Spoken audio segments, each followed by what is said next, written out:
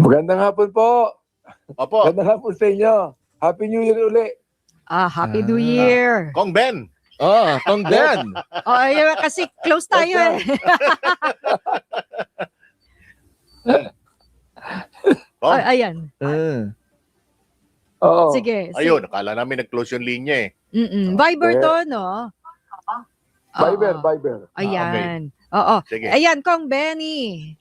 Benny ang Yes, Benny, sir. Ben Yes, ka, ma'am. Benny ako. Maan makapagal. Eto nga ay sinasabi nga malapit na, no?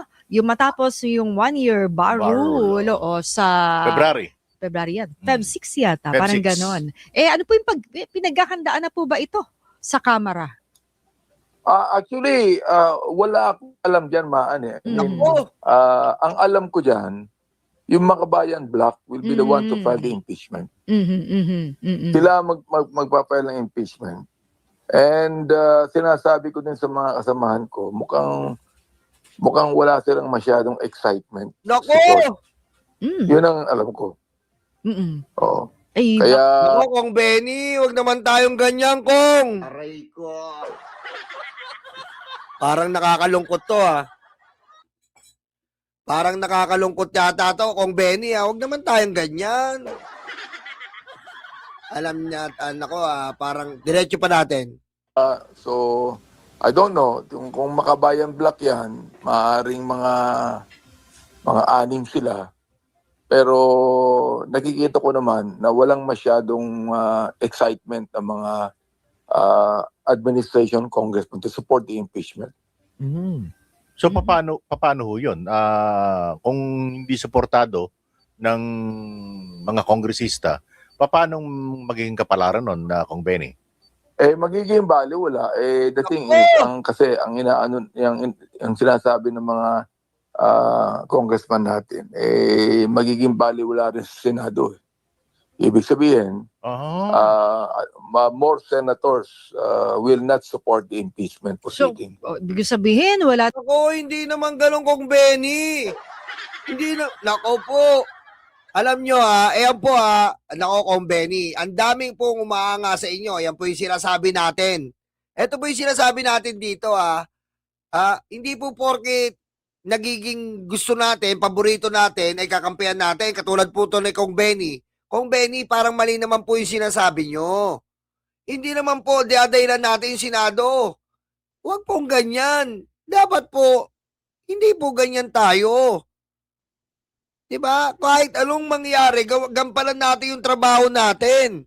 Kayo ang mga nakakita ng anomalya bilang isa sa mga leader ng Quadcom dito at pasigaw-sigaw pa kayo. Kaya nakakita ng anomalya nun eh. Diba? Kinumpronta yung pa si Sara Duterte. Tapos ngayon parang umaatras tayo. Parang mahirap na po yata to Aray ko. Na bang pag-asa na mahabol natin? Alam mo, ano yan yung bang, sabi ko nga we will just cross the bridge and we get there, no? Yung lagi sinasabi nila. But at this point in time, wala akong nakikitang talagang massive support for the impeachment right now. Pero kung I don't. Nako, hindi na to. Tama si Inego, kung atras. Sorry idol ko po to Pero sabi ko nga po sa inyo, idol ko po. Kung si Romualdez po, pinusuportahan natin. Pero pag nalaman natin talaga meron talaga, bibanatan natin yan Bebengain po natin yan. Eto po si Kong Benny, tignan mo, dapat binibenga na to.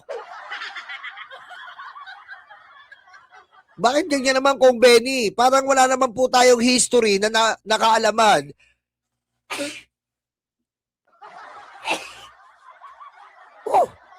Parang wala naman po tayong history o kaalaman na alam naman natin na hindi natuloy yung impeachment dati. At kayo ay parte ng pag-iimbestiga dyan. Dapat, ang sabihin nyo, ilalaban natin to. Hindi yung pwede sasabihin nyo na, parang walang matamlay ang mga kasama ko. Wala tayong pakialam sa kanila. Ang importante, Kong Benny, ipakita mo na ikaw ay mismong naging saksi sa anomalya. Ano ba naman yan? Aray ko.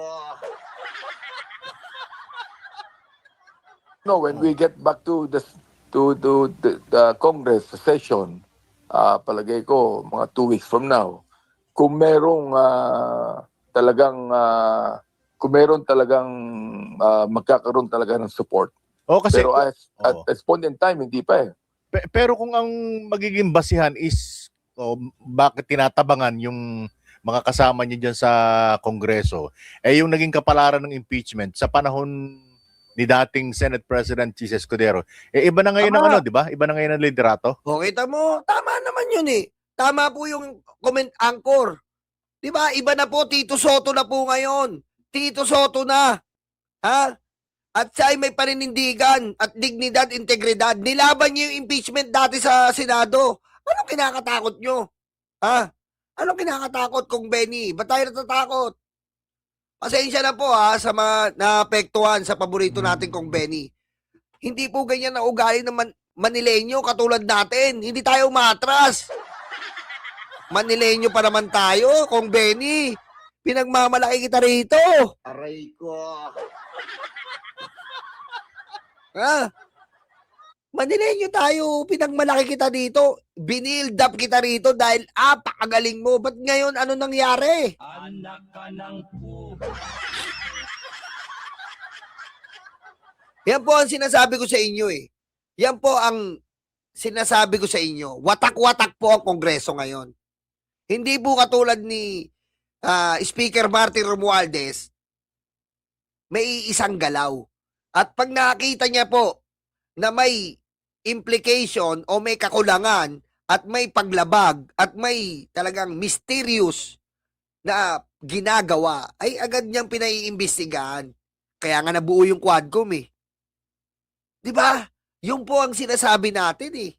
Ito po ang sinasabi natin eh. Ayan ang kakulungan ng pagwala na si Sir Martin Romualdez eh. Sabi ko sa inyo, sa pamumuno po ni Boji D, medyo nagwawatak-watak po. Medyo nagkakanya-kanya po. Hindi natin alam kung kailan yung hearing. Hindi natin alam kung anong sisimulang hearing. Hindi katulad nun, organize. May aabangan tayong Quadcom. May aabangan tayong good governance. Yan po ang sinasabi natin eh.